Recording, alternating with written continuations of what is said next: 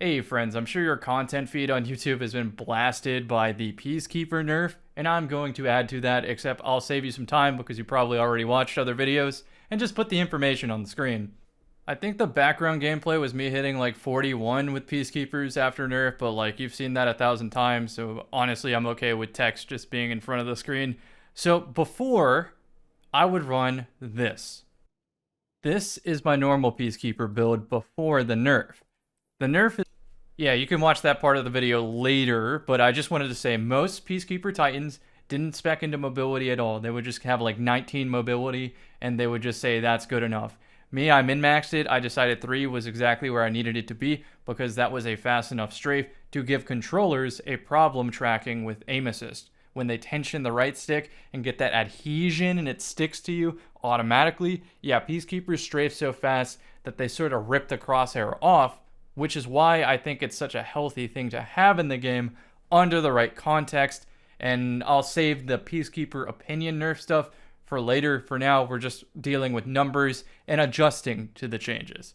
So the way Peacekeepers were nerfed is they took all these bonuses and then just cut them in half. I'll leave this on screen for a second if you do want to pause. While I was editing, Destiny Item Manager updated the descriptions, so that was kind of lucky. It was difficult for me to wrap my head around the verbiage of an aim down sight penalty reduction, but that's what Peacekeepers do. Essentially, they make you strafe faster because the penalty is less. Even if this is way too much technical jargon, don't really worry about it. It's not that important. Just go to these numbers that I'll tell you and you'll go fast. Before the nerf, I was at 3 mobility with an invisible 5 tiers from Peacekeepers with a 9% penalty. 8 mobility strafe is 5.61 meters, and when you aim down sights with Peacekeepers and apply that penalty, 5.1 meters is your adjusted strafe speed. So now after, we're at 35 mobility, and we get plus 25 from Peacekeepers, which brings us to 6 with a new 17% penalty. So our strafe at 6 mobility is 5.27 meters, and when you aim down sights, it's adjusted to 4.37. So effectively, take the adjusted pre-nerf minus the post-nerf, and you get a difference of 0.73 meters per second on your strafe speed. I'm not going to pretend like that's not a noticeable nerf. It is. It's just compared to a Mortal Guardian not wearing Peacekeepers, you're still zooming. And I haven't even mentioned building into Peacekeepers now.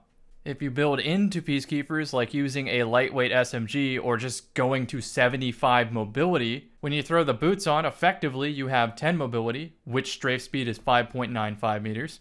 And then you apply the penalty, aim down sights, and you're sitting at 4.9 meters adjusted for aiming down sights.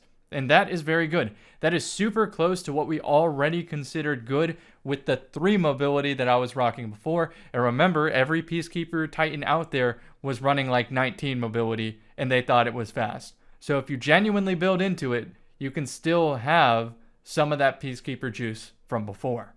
But the opportunity cost for achieving that is really what the nerf is. And so if you're using a lightweight SMG like the Showrunner, versus Immortal, and I'm picking Immortal for a very specific reason because of the handling nerf. Immortal bypasses it, Showrunner bypasses it, so you're giving up 2 meters of damage drop off, and probably 1 to 2 tiers of recovery mods, depending on if you're using harmonic mods. In the past, history has taught us that the Destiny community sees a nerf and then considers that item unusable, whereas I have shown you on paper, it's really not that bad, and it gets a lot better for Peacekeepers where it probably will become a problem again if something like Multi-Mock comes back in the Iron Banner. That was a lightweight SMG, and if it comes with target lock, it's really not that painful to build into an effective high mobility strafe on Peacekeepers, because again, the gun is lightweight and it has enough range to not be that much of an opportunity cost. Not to mention that I've been doing all this considering that you are going to play Void 3.0 Titan, and if that ever gets adjusted, then you might be able to play something like Behemoth that can easily get the amount of stats to make Peacekeepers feel fast for you again, if they're not already feeling fast. But for me, the important thing isn't how they feel to use, it's how they feel to play against. And in this case, I decided to boot up Rumble, aka the SMG playlist, to get a better feel for what playing against this feels like. And answer is, it's still very potent. Combined with the Void 3.0 kit, if you're not running something similar, you just simply cannot compete. It invalidates almost every other option in the Rumble setting. In fact, people just started quitting because they were helpless against it, and I got a rare opportunity to 1v1 a Titan out in the wild, and as you could probably guess, I got stomped. But that player was a good sport and genuinely dueled me instead of running away the entire match when they had a good enough lead. So it was a good little sparring session to see that effectively nothing has changed. Peacekeepers are still the way to play this class. Don't be fooled by the nerf. SMGs are definitely the problem. So for the rest of the video, I'm going to leave you with the process at which I made the Giga Strafe build to try to feel some of that old Peacekeeper energy. And you don't have to do that. You can just kind of throw them on and not think about it like a lot of y'all did before, and it's going to work out perfectly. They are still extremely potent. Trust. This is my normal Peacekeeper build before the nerf. The nerf has sort of pushed me to make this a build-specific setup because strafing that fast is fun to me, even if you have to give up recovery to do it, therefore making the overall build less effective. The handling changes to Peacekeepers also makes the best in slot, in my opinion, which was Synchronic Roulette, now a more balanced pick, since you have to trade off Nanotech Tracer Rocket for abysmal handling. That being said, I could always run something like Prolonged Engagement and feed into the lightweight and go for something like 5.5 mobility, where you get an extra 25 from Peacekeepers, not confirmed yet. I'll do the frame data another day, but for argument's sake, let's just say it's 25. Then plus the 2 tiers of mobility from Prolonged Engagement, we're sitting at 10 mobility.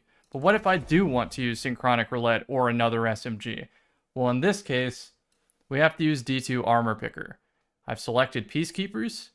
I have 1 mod slot available for a Siphon up top and double targeting, and then 1 remaining on the chest piece so I can have triple unflinching.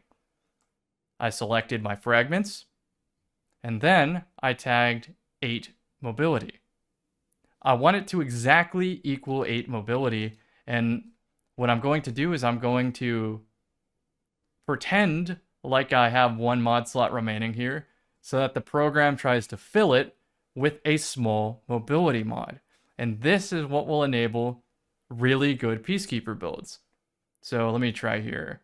8, 10, 3, 2, 10, 5. I think the 2 is accept. Let's drop it even further. Let's see how much lower I can go. See if I get to tier 39. No, not possible. I think I prefer the strength over discipline because I typically get my grenade back from Devour. So let's select this one. I do have to masterwork those gauntlets, so maybe I select a different one. Nope.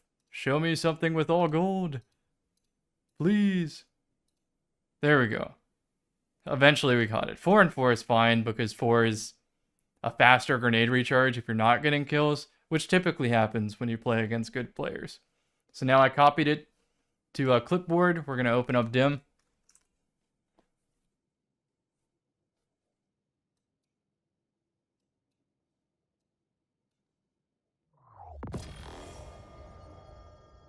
And now we need to pay attention to the recipe. 3 Artifice is used on Resilience, 1 on Strength. So now let's go into the main game. 3 Resilience, 1 Strength before any of this is even touched.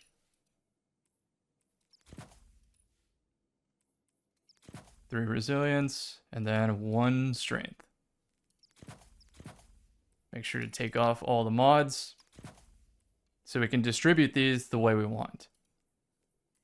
So my fragments are as follows. I typically will run one of the big mods here, but in this case, I'm going to run a small mod so I can fit Font of Restoration and give up one of the bombers. So I guess I'll go Outreach so I can shoulder charge, drop a barricade, and then have another shoulder charge to get out. That comes up way more often than bomber for my grenade. So I still have to pump myself all the way to 75. Let's just say I'm using, you know what, a Strand SMG. Let's just say I'm using my Synchronic Roulette. So I'll put Strand mods on. I use an Arc Sniper. So now I have a remaining 1. Let's do strand again. Now I'm at the half step. So one more full step to go. And I believe that is on the arms. I do heavy-handed for devour. And that looks really good. And then I can bump that recovery up to 6. Change the helmet.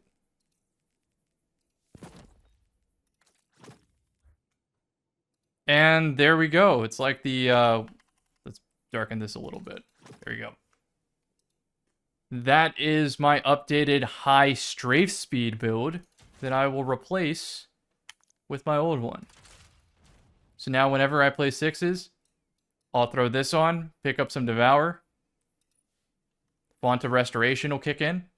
6 recovery goes to 9 recovery. And I get to have a consistently fast strafe speed no matter what SMG I throw on. So that is how I am adjusting to the Peacekeeper changes. I will save it for a future video, though, on what I think of the changes overall for the health of the game. I'll summarize a little bit and say, when I saw this, I didn't think it was the right direction in isolation when there's so many other things in the game to worry about, not to mention the most obvious one is maybe target lock SMG and SMG in general is the problem and not Peacekeepers, as well as the other classes don't have something like Peacekeepers to enhance the strafe, when I think that's a healthy way to aim in a game with this much aim assist.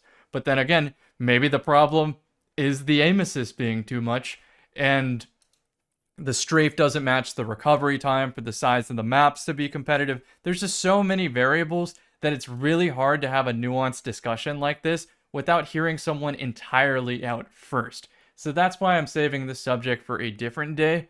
I will say after playtesting it though, I think this is a perfectly acceptable change, whereas at first I was more on the side of, why would you do this now? In the future, if you hit everything at once, that makes sense, especially SMGs.